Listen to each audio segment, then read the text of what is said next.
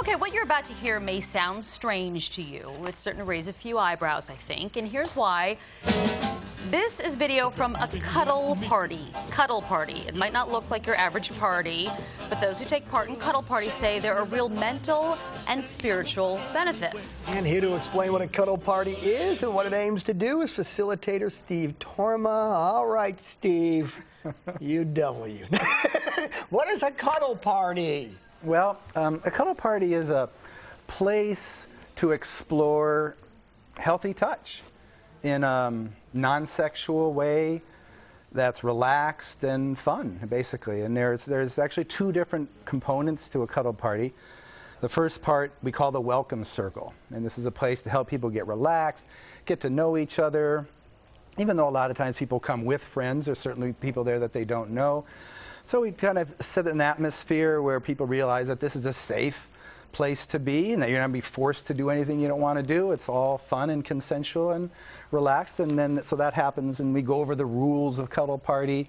And then the second half, we get into the healthy touch part. Now, why would somebody want to do this? I mean, I think people listening who've never heard of such a thing, this sounds a little woo, hippy-dippy out there, kind of strange that you would go into a room full of strangers and spoon or snuggle or cuddle. It sounds a little weird to people. Sure. Why would somebody want to take part in this? Yeah.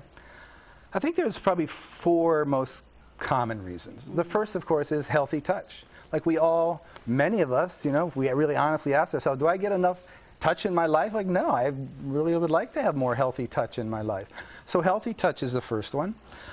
Secondly is like affection, like just warm-hearted connection with people. We go in these fast-paced, often superficial lives, and we long for a more real connection with people. And then there's friendship, and then there's also learning. Like many of us realize, wow, I'm kind of uptight. I don't really know how to touch very easily and healthfully, and so I want to go and learn about how to get past some of my inhibitions and boundaries and learn how to make healthy touch part of my life. Okay. You talk about the rules, that you go over the rules at these parties. What are some of the rules? I mean, there's no hanky-panky, no funny business supposed to happen. We're very clear in cuddle party. This is not a sexual place. The first rule of cuddle party is the pajamas stay on the whole time. And when we say pajamas, actually very few people wear actual pajamas. We wear just comfortable, loose clothing like sweatpants and a t-shirt. But pajamas stay on the whole time. You don't ever have to cuddle anyone at a cuddle party. People go and just kind of hang out, enjoy the food and the company and good music, but most people actually do, but you don't have to. So you could just sit there in the room and watch. Yeah, you don't and just have enjoy the vibe. Can you go into a cuddle party and say, I'm going to choose who I'd like to cuddle with, her and her? Yeah. Can you do that? Absolutely. Really? We encourage people. Yeah, we in the first part of the the cuddle party we call the welcome circle. We go through exercises. It's kind of like a little mini workshop to help people learn about how to ask for what you want and how to say no and how to say yes. And so we go through these exercises so people feel empowered. And we encourage people to, go, there's someone you may be attracted to. Now, attraction is not always sexual. Attraction could be something energetic, like somebody has a nice, warm, comfortable vibe. Reminds you of your mother or your brother or whatever. So there's actually not a lot, people get kind of freaked out about, oh my gosh, is this an orgy or something? It's actually very little, back in it's a self-selected thing. I mean, people, know what it is before they go. So, they go in for the touch and the friendship and the affection. Is it mostly single people, married people? It's mostly single, but yeah, some couples do come also. But yeah, it's mostly single people. It's a wide range of ages. The ones that I've done, I think the youngest was 16, and he actually came with his mother, mother and daughter, and and they had some friends there also. And then I think the oldest was 85. Really? I just think it would be hard to get over going up and just hugging people you don't know. If it was friends, like I know Colleen and the people that work here, I could, in fact, I cuddle all the time with them, usually after the show.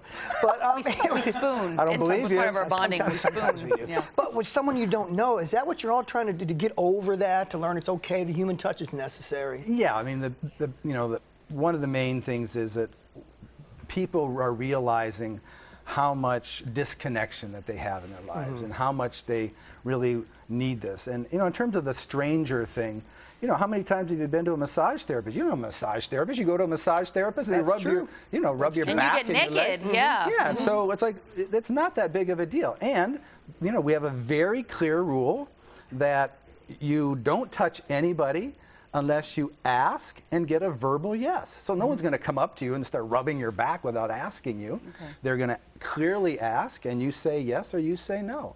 So you're in total control about who you touch and what kind of touch happens. And people are good about respecting the rules too. I mean, what, I'm sorry to ask this. I'm just going to go here, but you say it's not sexual. But you know, if a man were to be enjoying this experience, something could happen. Does that happen? And how do y'all handle? I'm sorry, I had to ask. I know you're thinking it could happen, but, people. But that could happen, so let's just right? say the word erection. Yes. Oh my goodness. He said it. Yes, an so erection. If a guy gets an erection, like if that were to happen, what do you? It's very rare that happens because, you know, we're not. This isn't some kind of an adult bar or something, and people are going with a different intention. Sure. You know, so maybe occasionally it happens. It hasn't happened that I'm aware of in any of the 15 cuddle parties that I've run. Okay. But if it does, and we talk about this ahead of time, you know, we say, you know, if it happens, you do what you would do in any other kind of uncomfortable place. You get up, you go for a walk, you go eat some food, you go to the, you know, wherever. You just go and relax. Yeah. Right. And so, yeah, it's very, and we also want to communicate to people, this is a natural thing. It's nothing to be ashamed of. You're just not going to act on it. Just in case it does happen, do you keep baseball stats around for the guy? I'm just saying. We should let you know there's a cuddle party taking place this Friday. It's in Asheville. It's from 8 to 11. If you'd like more information, you can go to cuddleparty.com. Cuddleparty.com. Check out the website, and then you also have a website, therealcenter.org. Therealcenter.org. It's kind of a relationship education school that we started a couple years ago. Okay. Thank you so much, Steve. We appreciate you coming and talking about this. I think it's fascinating. I could talk about this all day long.